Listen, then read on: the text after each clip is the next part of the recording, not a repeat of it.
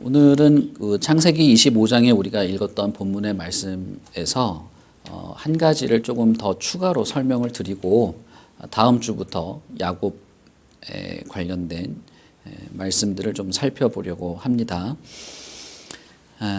제가 아브라함 언약에서 계속 강조드렸던 것들은 하나님이 아브라함에게 주신 이 언약 안에, 이 언약은 세 가지 항목으로 되어 있지만 이 언약 안에는 그 중심에는 생명이라고 하는 것이 있었다라고 말씀을 드렸죠. 그래서 땅을 줄 것이다.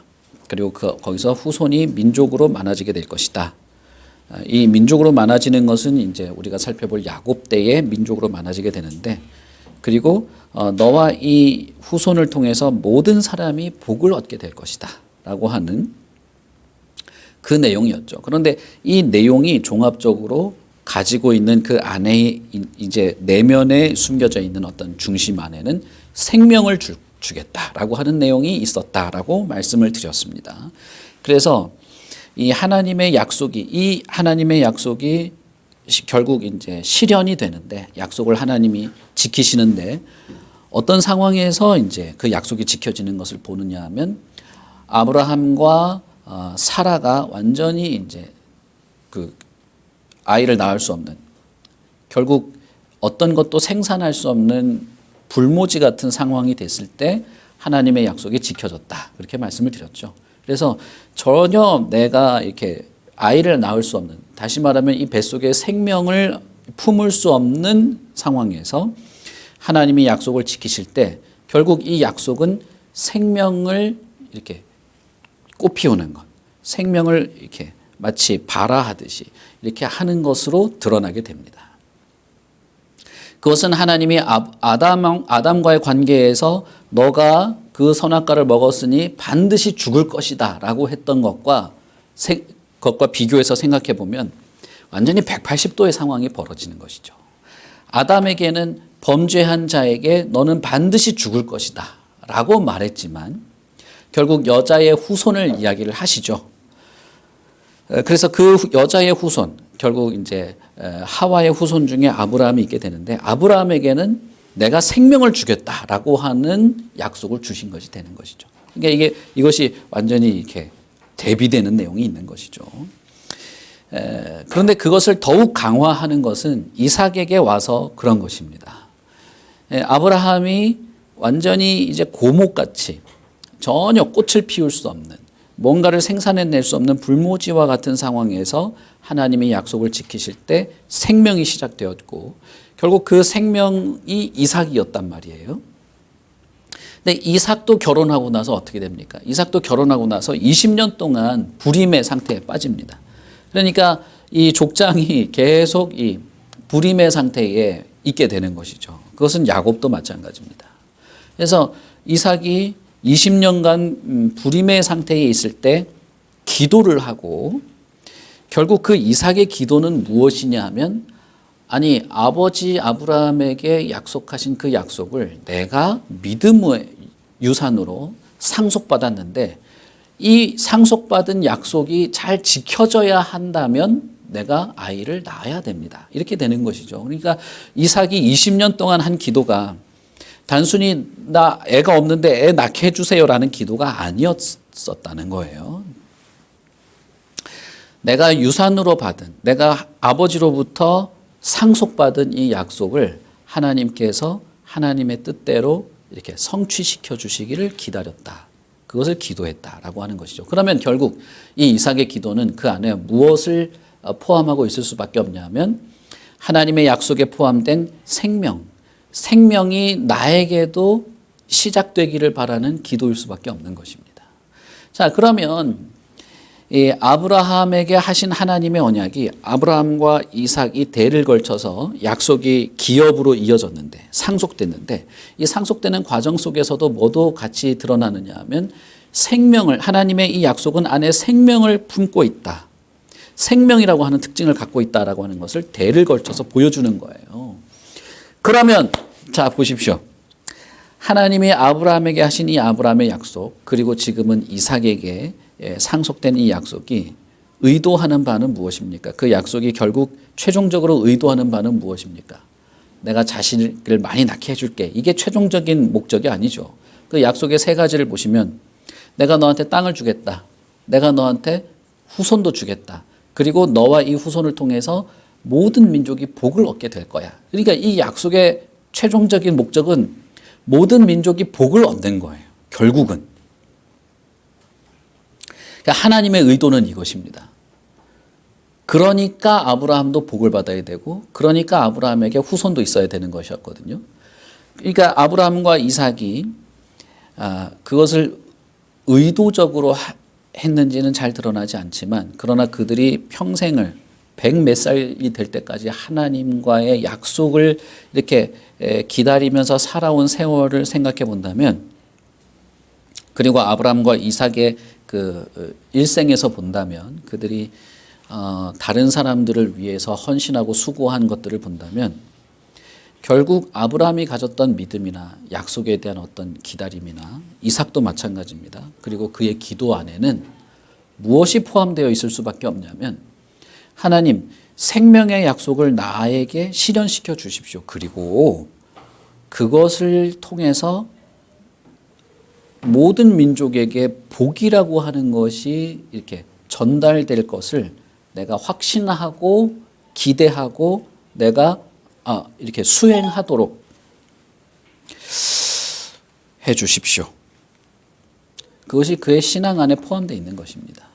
자, 그러니까 여러분, 예수를 믿는다고 하는 것, 하나님의 약속 안에서 약속을 바라보며 산다고 하는 것은 1차적으로 하나님의 약속이 실현이 되는 것을 봄으로써 내가 어떤 용기를 갖게 되는 것인데, 용기와 확신을 갖게 되는 것인데, 그것은 나에게 생명이 있다라고 하는 것과, 그렇다면 다른 사람에게도 이 생명이 복으로 전달될 수 있다라고 하는 이 확신이에요.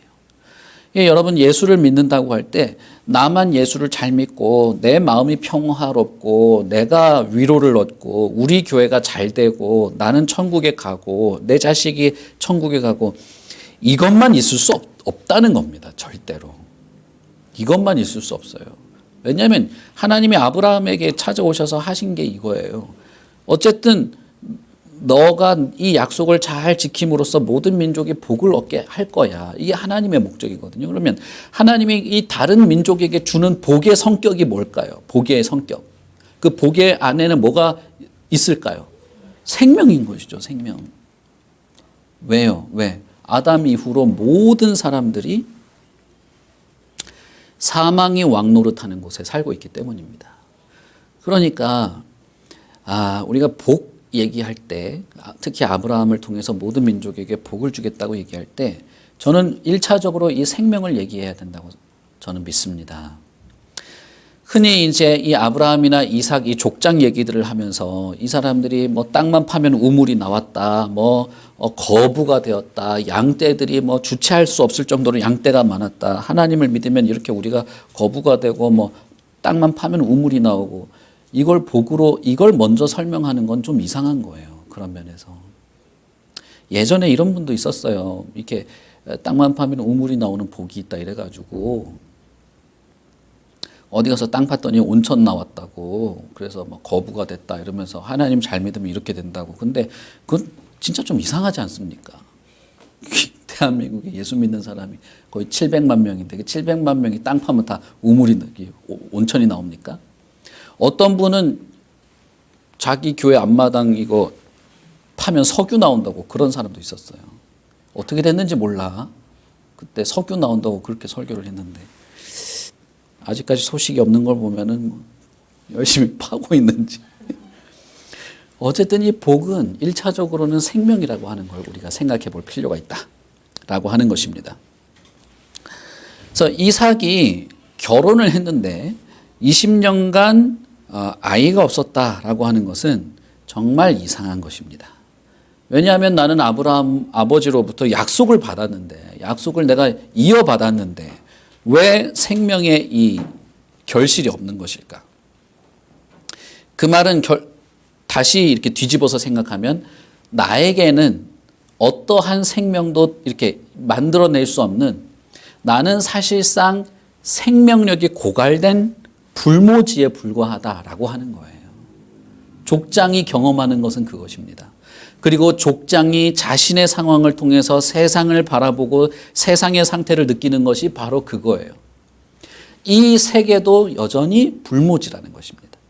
이 세계도 여전히 불모지고 하나님으로부터 오는 생명이 필요한 것이 나이고 하나님으로부터 오는 생명이 필요한 것이 이 사람들이다라는 거예요.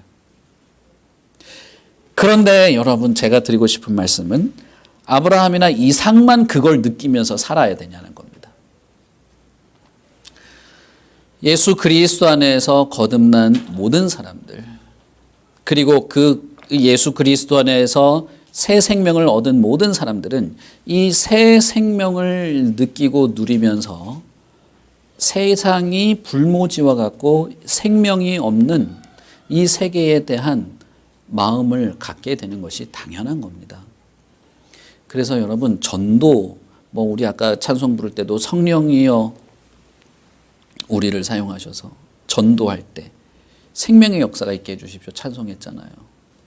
전도를 어떻게 말하면 좋을까요? 전도에 대한 수많은 말들을 할 수 있겠지만 기본적으로는 하나님이 주시는 생명이 내가 너무 좋아서 이 생명력으로 내가 살아가고 이 생명력을 누리고 있는 내가 다른 사람에게 이 생명을 이렇게 전달해 주고 싶다는 것에서 전도할 수 있는 거예요. 이거는 수치로 매겨질 수 없는 겁니다.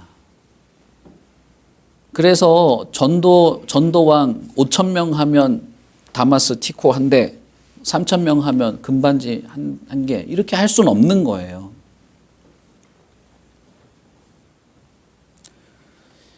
반드시 생명이라고 하는 것이 필요한 자에게 전달되어야만 하는 것입니다.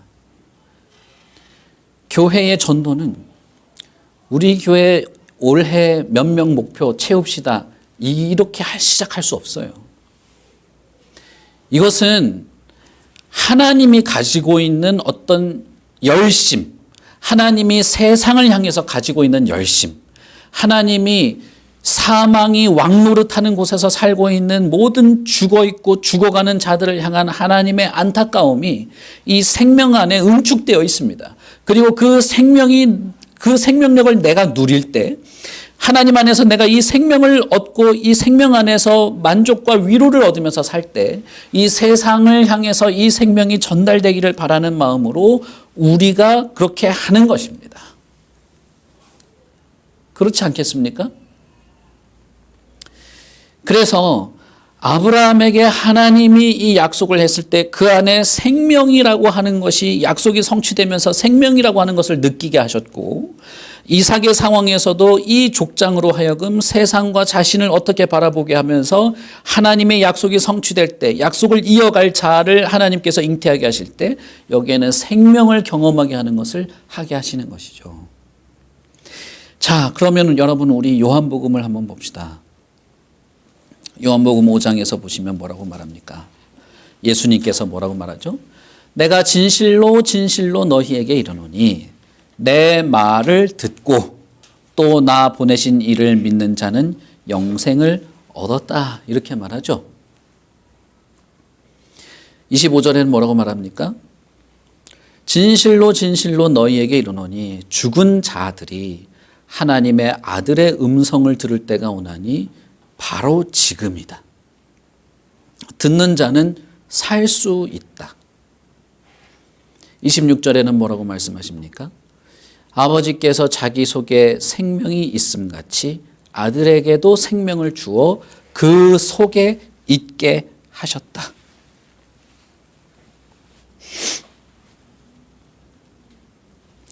불모지에 생명을 주시는 이 하나님의 은혜, 아브라함과 이삭은 자신의 평생의 수십 년 동안의 시간을 걸쳐서 알고 깨닫고 누렸던 이 하나님의 생명을 주시는 은혜를 우리는 예수 그리스도 안에서 느끼고 알고 경험하고 누릴 수 있는데, 이 생명이 아브라함이나 이삭 같은 족장들에게는 약속으로 주어졌고 그것을 임신하면서 느끼고 그런 것이었어요.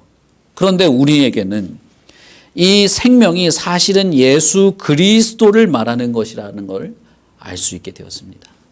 이 생명은 단순히 그 수천 년 전의 사람들에게는 어떤 약속이나 뭐 기대나 그러면서 잉태를 하면서 나이가 다 많아가지고 잉태를 하면서 그러면서 느끼는 것이었지만 결국은 그 생명이라고 하는 것이 의미하는 바는 무엇이냐면 하나님의 아들 예수 그리스도임을 우리는 알 수 있습니다. 요한복음을 통해서 우리는 그것을 알게 되는 것입니다. 아버지께서 자기에게 있는 생명을 아들에게 이미 주었고 이 아들의 말을 듣고 하나님을 믿는 자는 그 생명을 누릴 수 있게 되었다고 요한복음에서 말하고 있죠. 결국 예수 그리스도가 바로 곧 그 생명이라는 것입니다. 그리스도 안에 생명이 있습니다. 그리고 예수 그리스도 안에서만 우리는 이 생명을 누리는 것입니다. 여러분, 그리스도 안에 있다는 게 무슨 말일까요? 그것은 결국 우리 요한복음 5장 24절에 있는 것처럼 예수 그리스도의 말을 듣고 하나님과 하나님의 아들을 믿는 것을 말하는 것입니다. 그리스도 안에 있다는 게 뭐 다른 게 아니에요. 요한복음 20장에서는 또 뭐라고 말하느냐 하면 오직 이것을 기록함은 너희로 예수께서 하나님의 아들 그리스도이심을 믿게 하려 함이요. 하나님의 아들이 그분이라는 것을 믿게 하려 함이고 또 너희로 믿고 그 이름을 힘입어 생명을 얻게 하려 함이니라 라고 말해요. 그러니까 여러분, 요한복음에서 이렇게 말하는 겁니다. 이 성경 전체가 이렇게 기록된 이유는 생명을 얻게 하려고 하는 건데 내 생명이 아니고 너희들이 생명을 얻게 하려고 이 성경이 기록된 거야. 예수님이 왜 하나님의 아들로서 이 땅에 왔냐 하면 생명을 얻게 하려고 그런 거야. 이렇게 말하고 있는 거예요. 여러분, 성경 혹시 뭐 인터넷이나 이런 데서 있으면 신약 성경만 딱 잘라서라도 생명으로 한번 검색해 보십시오. 어마어마하게 많은 생명이라는 단어가 나옵니다. 생명이라는 말처럼 반복되고 자주 사용되는 단어가 없을 거예요. 성경에서. 이 신약 성경은 일관되게 예수 그리스도 안에 생명이 있고 그분이 하나님의 아들임을 믿는 것이야말로 생명을 얻는 것이고 그것이 그리스도 안에 생명을 누리는 것이라고 말합니다. 표현은 다르지만 다 똑같은 말이에요. 바로 예수 그리스도를 통해서만 우리가 생명을 얻을 수 있음을 말하는 것입니다. 하나님께서 아브라함을 통해서 하신 약속도 결국은 예수 그리스도 안에서 최고도로 실천이 되는 것입니다. 예수 그리스도 안에서 이것은 실현되고 실체화되고 생생하게 경험하고 얻을 수 있는 것입니다. 로마서에서 뭐라고 말합니까? 한 사람의 범죄로 말미암아 사망이 그 한 사람을 통하여 왕노릇하였은즉 더욱 은혜와 의의 선물을 넘치게 받은 자들은 한 분 예수 그리스도를 통하여 생명 안에서 왕노릇하리로다 라고 말하죠. 우리가 그리스도와 함께 왕노릇하게 될 것이다 라고 말하면서 그것은 생명 안에서 하는 것이라고 말해요. 생명 안에서. 그러니까 하나님이 아브라함에게 약속하면서부터 그 안에 담아두었던 생명이라고 하는 것이 예수 그리스도를 통해서 완전하게 드러났고 그 예수 그리스도를 통해서 드러난 생명이 우리로 하여금 왕노릇하며 살도록 하게 한다는 것입니다. 영생 혹은 생명은 그리스도 안에 있는 것이어서 그 생명으로 우리를 살리고 그 생명은 우리를 왕노릇하게 합니다. 이 왕노릇하게 한다는 것은 제가 다음에 좀 자세하게 설명을 하겠습니다. 근데 여러분 뭐 어떤 우리가 세상에서 사는 무슨 대통령이나 왕이나 이런 걸 생각하시면 안 되고요. 그런 건 아닙니다. 이렇게 착각하는 사람이 신천지 그 사람들이죠. 그래서 그 사람들은 진짜 자기네들이 이 세계를 주무를 왕이 된다고 생각해요. 그런 의미는 아니에요. 그것은 이제 우리가 창세기에서 조금 더 살펴보면 아실 겁니다. 어쨌든 이 왕노릇하게 될 것이라고 하는 영원한 이 영생을 가지고 우리가 어떻게 살 것인가. 왕노릇하면서 살 거거든요. 어떤 사람들은 뭐 천국에 가서 집채만한 피아노 치면서 살 거야 뭐 이렇게 말하는 사람들이 있는데 그 펄시 콜레 그 할아버지가 그렇게 말했잖아요. 근데 이제 그런 상상은 할 수 있겠으나 성경에는 뭐라고 되어 있습니까? 성경에는 우리가 영생하면서 사는데 왕노릇, 왕의 역할을 하면서 영원히 살게 될 것을 말했어요. 그런데 그것이 무엇이냐? 이 생명을 통해서, 이 생명을 가지고 그렇게 하는 거예요. 더할 나위 없는 충족, 더할 나위 없는 지혜와 능력, 하나님의 자녀, 하나님의 왕족, 하나님의 대리인으로 영원히 존재하게 될 것입니다.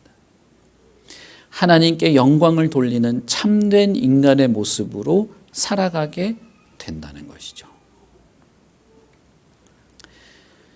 이것이 우리 안에 생명이 이렇게 있음으로써 시작되는 일들인데 여러분 이걸 우리가 누리고 이것이 즐겁고 정말 나에게 그런 것이 있는 것 같아. 나한테 충족함이 있고 만족이 있고 위로가 있고 평화가 있고 하나님을 바라볼 때 하나님이 나에게 베푸시는 사랑도 느끼고 하나님이 나를 보호하신다고 하는 것도 깨달아가면서 뭔가 내가 하나님께 의지도 하고 내 마음의 어떤 죄악이나 이런 것들도 하나님께 좀 고백하고 하는 모든 하나님과의 관계 속에서 생겨난 이 모든 만족이나 또 하나님에 대한 어떤 기대나 의뢰나 신뢰 같은 모든 것들이 나에게 좋고 즐겁게 여겨지고 그것이 정말 그래서 다른 이에게도 흘러가기를 바라게 되는 것이죠.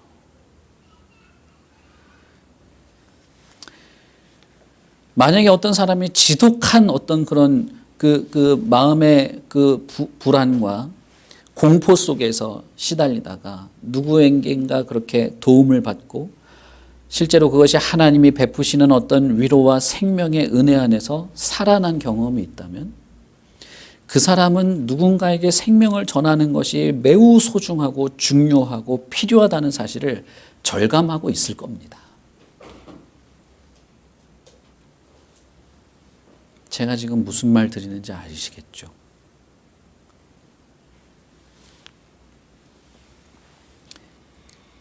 교회의 모습은, 교회의 사명은, 교회에 해야 될 일은 저와 여러분에게 동일하게 있는 사명은 바로 이거예요. 그리고 제가 주일마다 여러분들과 함께 예배 드리는 것도 바로 이것입니다. 그리스도 안에 생명이 있다는 사실을 끊임없이 전달하는 거예요.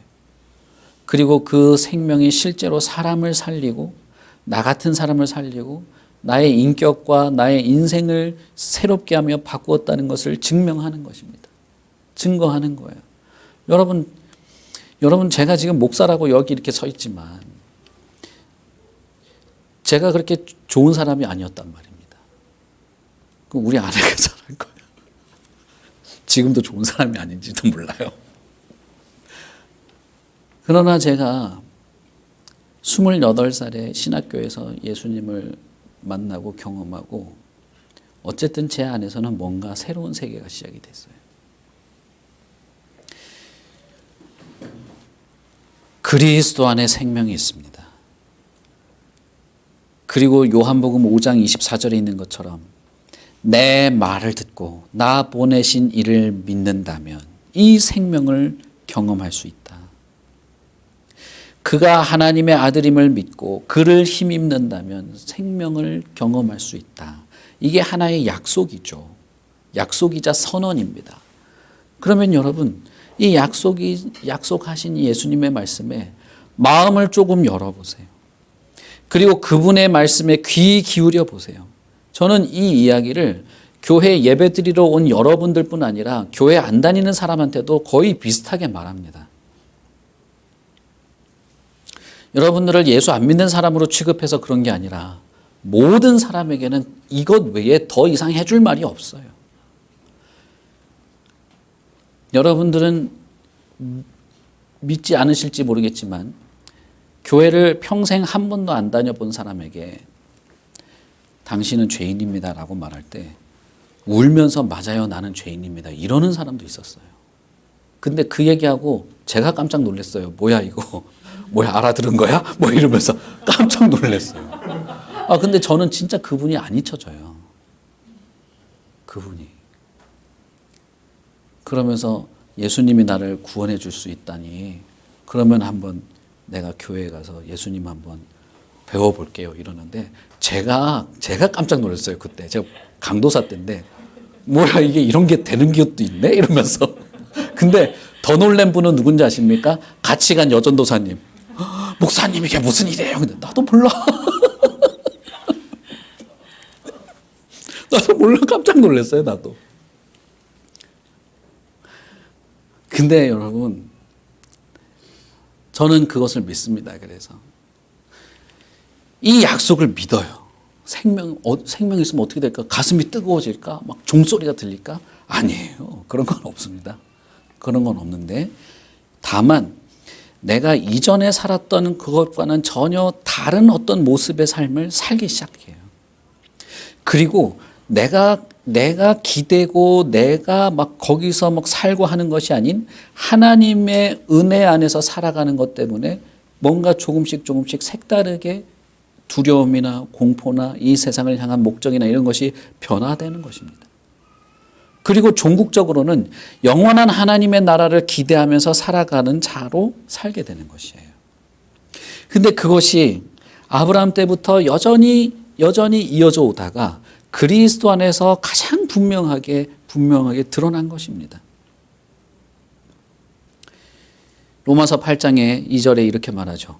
그리스도 예수 안에 있는 생명의 성령의 법이 죄와 사망의 법에서 너를 해방하였습니다. 저는 이 말을 믿습니다.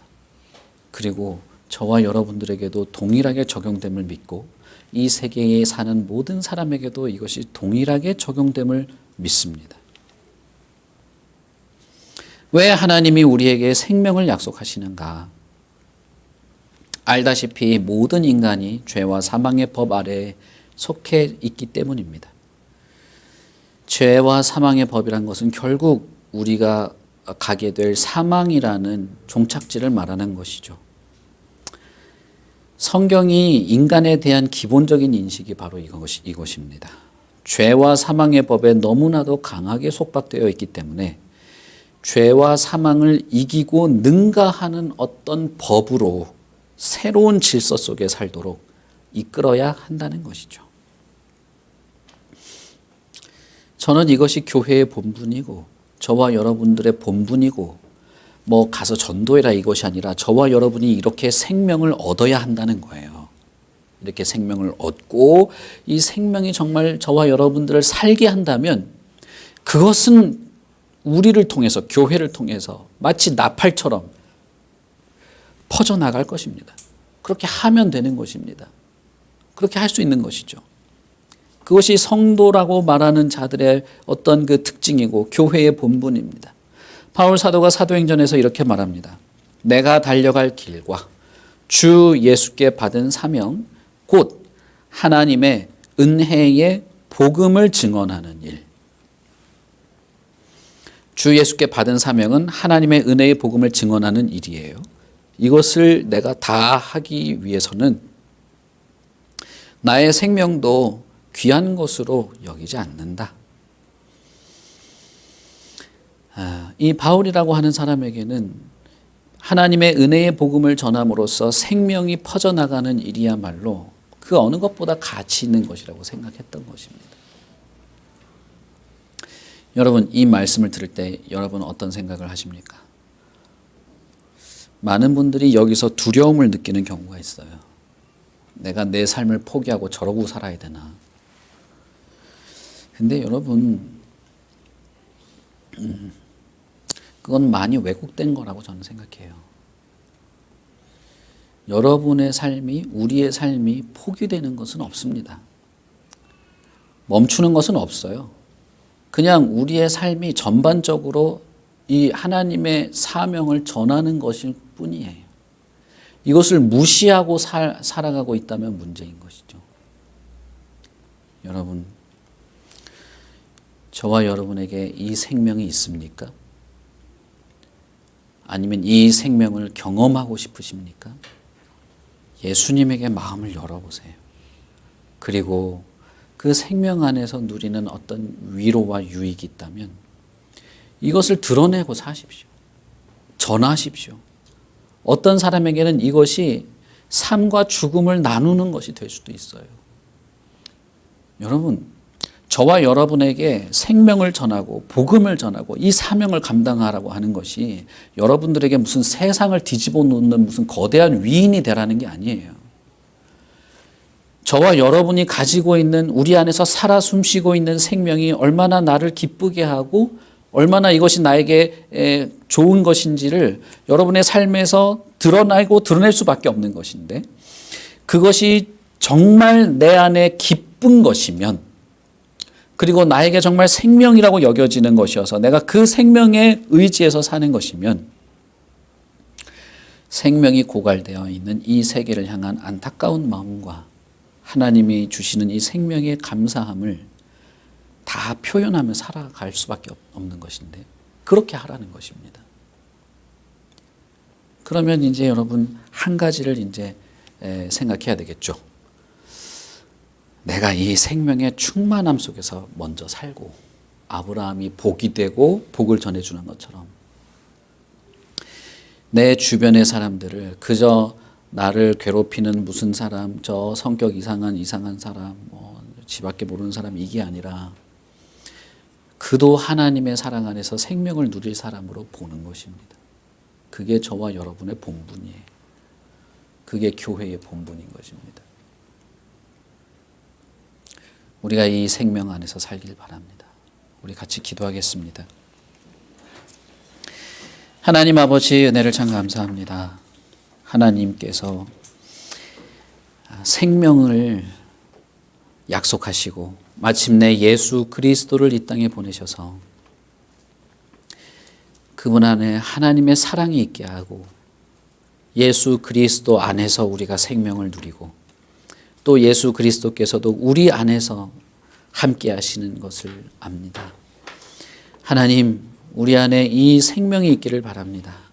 그리스도 안에서 주시는 이 생명이 정말 머릿속에서 맴도는 생각, 아니 다른 사람이 말하는 그런 전달해서 듣는 전해지는 말이 아니라 정말 내가 그리스도 안에서 새로운 생명력으로 살고 있는 그런 일이 있기를 바랍니다. 오 하나님이여, 나를 구원하여 주시옵소서.